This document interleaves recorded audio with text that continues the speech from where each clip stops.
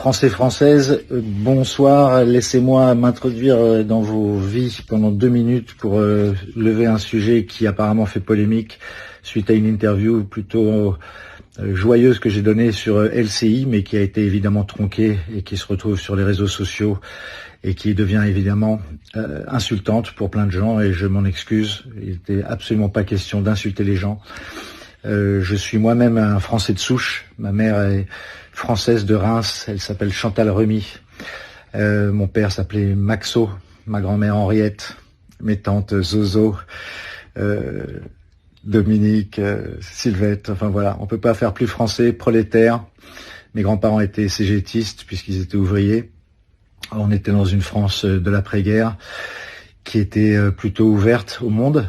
Et c'est dans cette France-là que j'ai vécu.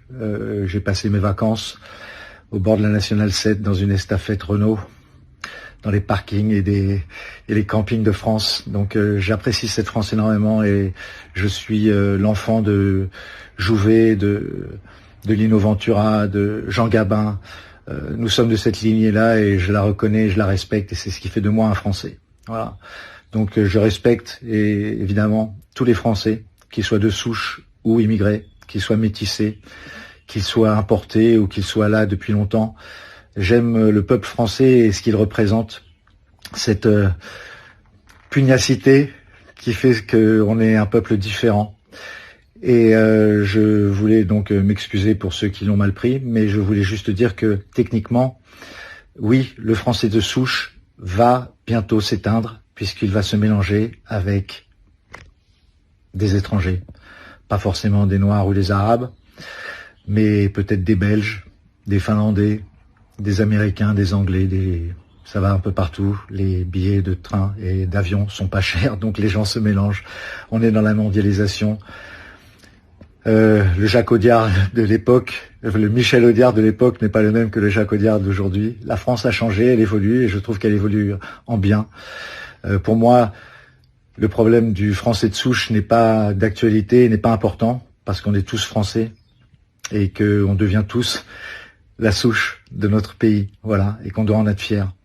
La vraie question que je voulais vous poser, c'est est-ce que il serait pas temps d'arrêter de se poser ces questions qui sont malgré tout obsolètes, parce qu'on ne peut pas revenir à une France blanche, on ne peut pas tout simplement démétiser la France, on ne peut pas renvoyer les gens chez eux, on ne peut pas revenir à une époque que je ne sais même pas où il faut aller la voir. Est-ce que c'est celle de Vercingétorix ou est-ce que c'est celle de la Révolution française?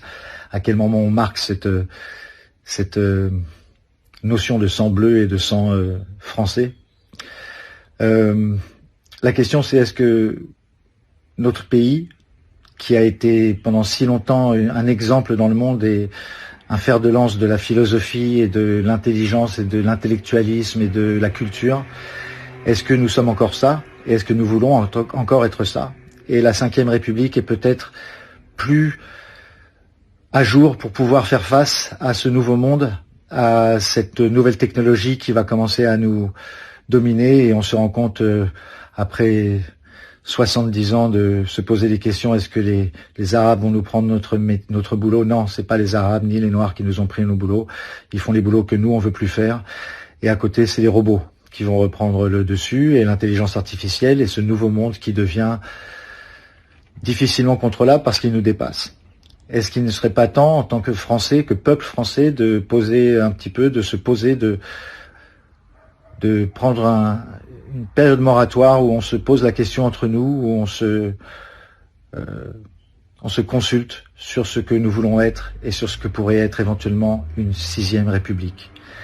Est-ce qu'il n'est pas temps de passer de faire évoluer notre République et notre démocratie, et de reprendre dans le monde une place qui, je pense, est toujours la nôtre, parce que nous sommes un très beau peuple. J'ai eu la chance de voyager, je suis toujours content de retourner en France avec toutes les engueulades et tout ce que ça représente.